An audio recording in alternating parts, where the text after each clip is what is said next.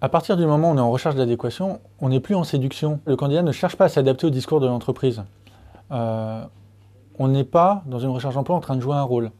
Parce que si on joue un rôle, on perd à coup sûr.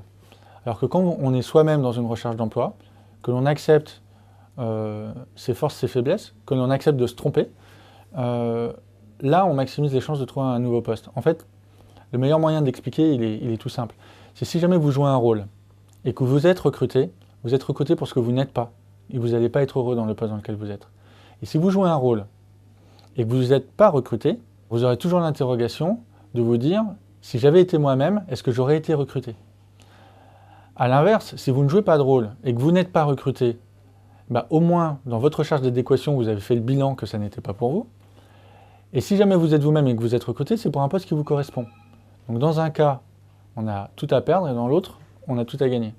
La réflexion est la même pour l'entreprise.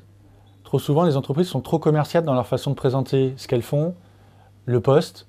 On dit toujours que les postes sont toujours plus beaux au moment de l'entretien ou du recrutement. C'est aussi une erreur. C'est ce qui fait que les personnes ne restent pas.